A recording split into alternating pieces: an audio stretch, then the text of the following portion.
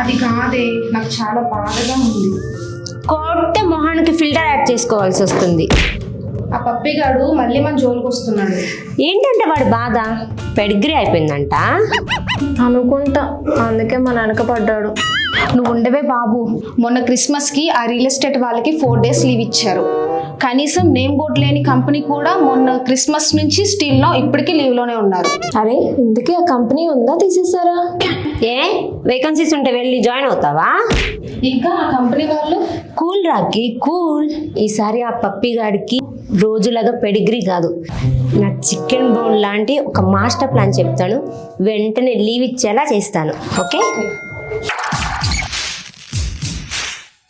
Change లేదే, online payment ఓకేనా? చెయ్యి. మన మాస్టర్ మైండ్ దెబ్బకి పప్పిగాడు అబ్బా అనాలి.